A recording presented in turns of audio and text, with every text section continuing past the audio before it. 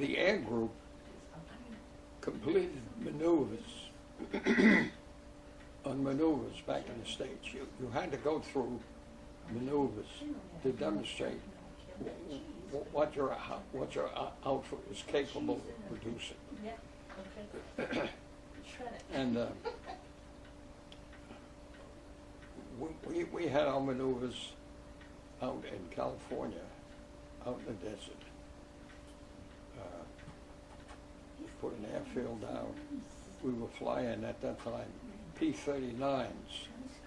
P-39 was a tricycle vehicle.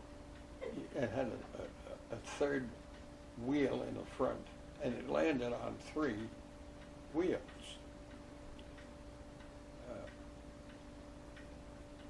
We did that for about a year or so.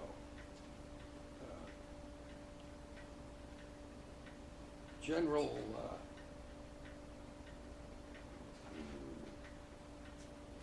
that tough general, what was his name?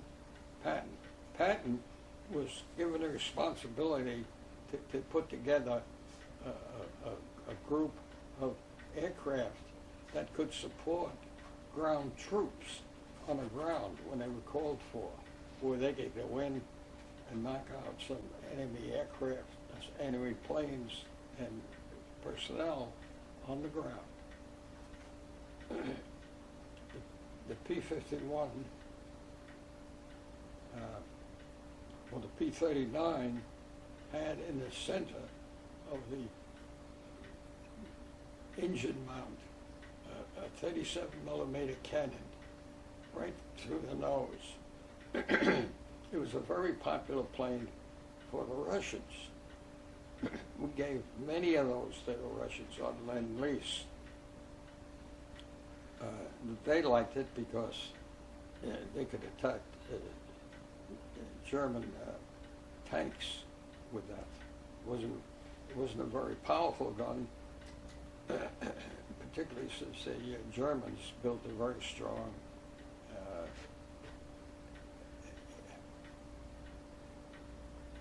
unit, strong battle unit. Yeah, from there, I guess we formed our own airfield over there in England at a little village called Fowlmere. It's F-O-W-L, Fowlmere. Very small group of people, very nice people, lovely people. They gave up some of their farmland to build an airfield for the P-51s we were being supplied with now. Quite a change. And the pilots were all welcome with that.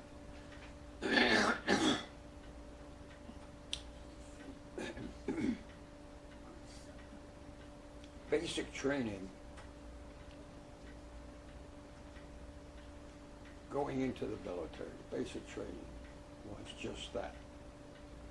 Training on how to march, how to take command of column left, column right, that sort of thing.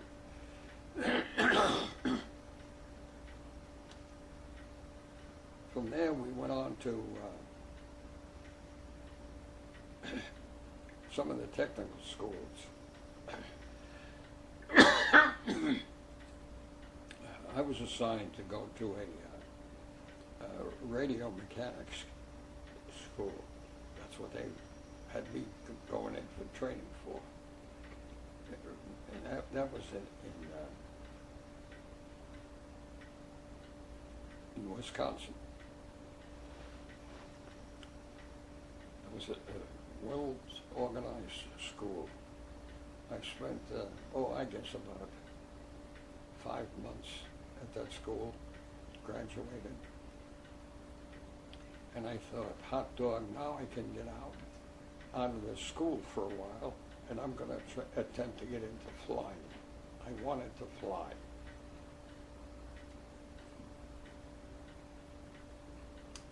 They thought they had a better spot for me, for the good of the unit.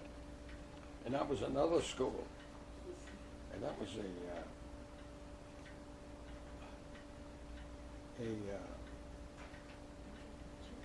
station finding school, station equipment. If a pilot got lost, he needed to find his way back to the field. He could call in to a home station, which this school trained us in. And we could locate that pilot by direction finding equipment and give him a compass reading to follow. Just remember, a fighter pilot, he's the only man in the crew, one man to pilot a fighter plane. In the bomber groups, it was 10 men to a crew. That included gunners, that included radio operators, they included navigators. They had a navigator. If they got lost, the navigator would take over.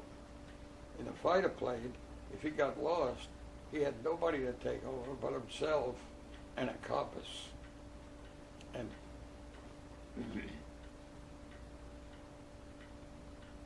if the weather at that time, and in England the weather was pretty poor, where you would have a low ceiling, meaning you couldn't see anything on the ground. And fighter pilots, they flew by landmarks. They pick out a landmark they knew, they pick that up, follow it, and then they know that would take them perhaps over to the Thames River, for instance. Okay, I hit the Thames, I can go up the Thames, up to London, hook over to Cambridge, and from Cambridge the field was about 10 miles away. But they needed, if the weather was that bad that they couldn't see anything on the ground, they needed somebody to tell them, okay, I have my compass here in the plane, but I don't know what direction to move the plane in to get back to the field. And that's what the finder, the locator, would do. He'd locate the plane, shoot a bearing on him, get his voice in, and read the compass where we picked them up on. It was line of sight. They turned their plane in that direction, and we can bring them right back over the field. And that is what I was trained for. That is my position, my occupation during the war, as a finding aircraft who were lost and giving them information on how to get back to the field.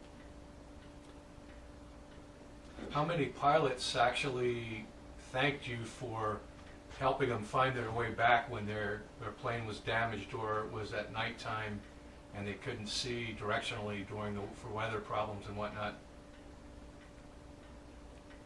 Well, we would have from time to time. This home station sat out in the field. It had to be away from trees and buildings, okay? We had to have freedom to send out airwaves that we used to capture the pilot who was calling in. And we would have pilots every once in a while. Somebody knock on the door. Here we are in the middle of the farmer's field. It looked like that building we were in must be part of the farmer's harvest stuff in there. And we'd get a knock on the door, and there'd be a young pilot saying, "Hey, are you guys who do the homing?" "Yes." "Hey, you guys are great. I tell you, I was flying blind. I didn't know where the hell I was until I called you guys." And they congratulate us. We thank them very much for that. There was a reporter who worked for the government, okay, and his job was to interview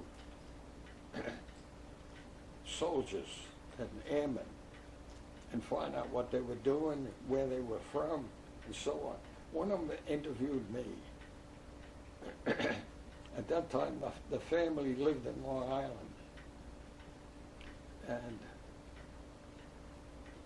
he did a little piece on me, on what I did, how long I was in there, and what I was doing was helping to save pilots' lives, and what a wonderful thing that was, especially when they couldn't see anything, and that was picked up in the newspaper by my father.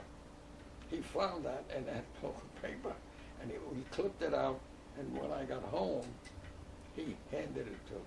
Oh, yeah, that's us, Pop. That was us, yeah.